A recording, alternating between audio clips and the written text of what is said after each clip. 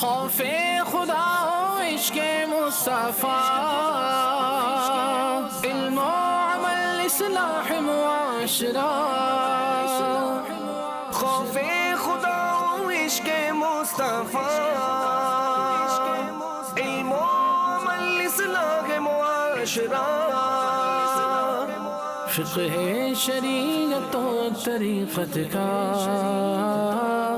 ہے مجموعہ مدنی مذاکرہ. الحمدللہ رب العالمین والصلاة والسلام علی سید المرسلین. اما بعد فاعوذ باللہ من الشیطان الرجیم. بسم اللہ الرحمن الرحیم. الصلاة والسلام علیک یا رسول اللہ وعلی آلک واصحابک یا حبیب اللہ. الصلاة والسلام علیک یا نبی اللہ وعلی آلک واصحابک یا نور اللہ. رسالہ ضیاء درود السلام پیج نمبر 5، فرمان مصطفیٰ صلی اللہ تعالی علیہ وآلہ وسلم نمبر 16. جس نے مجھ پر صبح و شام 10 بار درود پاک پڑھا اسے قیامت کے دن میری شفاعت ملے گی. صلو علی الحبیب صلی اللہ تعالی علی محمد. اللہ پاک کی رضا چاہنے کی خواہش رکھنا اہل ایمان کا طریقہ ہے. اپنی خوشی پر اللہ پاک کی رضا کو ترجیح دینا، نرم و گداز بستروں کو چھوڑ کر بارگاہ الہی میں سر بہ سجود ہونا، اللہ پاک کی رضا کے لیے دوستی کرنا اور اسی کی خاطر دشمنی رکھنا اور اللہ پاک کو راضی کرنے والے کام کرتے رہنے میں ہی نجات ہے. امیر اہل سنت سے عرض ہے، رضا الہی کی فکر کیسے بیدار رکھی جائے؟ اس کے لیے بندہ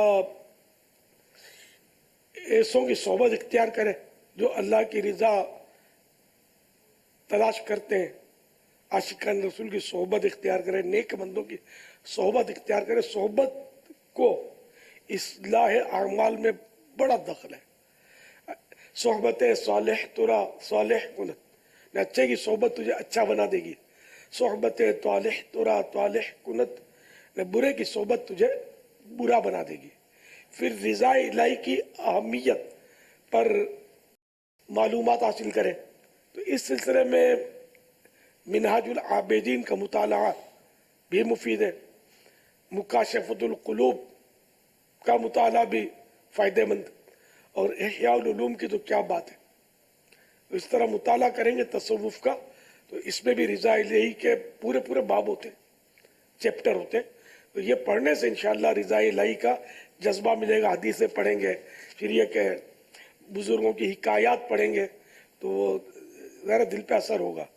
جب دل پر اثر ہوگا تو رضا الہی پانے کا ذہن بھی بنے گا کہ میں صرف وہی کام کروں جس میں مجھے اللہ کی رضا اور اللہ کی خوشنودی مجھے حاصل ہو، اور ہر اس کام سے بچوں جس میں اللہ تبارک و تعالی کی ناراضی ہوتی ہو. امیر اہل سنت کی بارگاہ میں یہ سوال ہے کہ اگر کسی شخص کو بے زبانوں پر، بے زبان مخلوق پر ظلم کرنے کی عادت پڑ گئی ہو تو اس کو کس طریقے سے منع کیا جائے یا سمجھایا جائے کہ اس طرح نہیں کرنا چاہیے؟ یا کوئی شخص یہ چاہے کہ میرا دل نرم ہو جائے، میں رحم دل انسان بن جاؤں، تو اس کے لیے کوئی وظیفہ یا کوئی ایسا اوراد ہے کہ وہ پڑھتا رہے تو اللہ تعالیٰ اس کے دل سے سختی دور فرما دے اور اس کے دل میں رحم دلی اور نرمی آ جائے؟ اس معاملے میں کچھ مدنی پھول ارشاد فرما دیجیے. اس میں یہ ہوتا ہے کہ ایسے شخص کو پیار سے سمجھائے اور اس طرح کی روایات اور حکایات سنائی جائے جس میں جانور کو ظلم کرنے کی ممانعت ہے، اور دل میں نرمی پیدا کرنے کے لیے سختی کے اسباب دور کرنے ہوں گے. اور سختی کے اسباب ایک دو نہیں ہیں، کئی ہیں، جن میں یہ کہ گناہ کرنا یہ بھی سختی کا سبب ہے. گناہ کے علاوہ بعض وہ کام کے جو گناہ نہیں ہے پھر بھی وہ سختی کا سبب ہے دل کی، جیسے کہ فضول بات، فضول ہنسنا، بغیر تعجب کے ہنسنا، بغیر بھوک کے کھانا،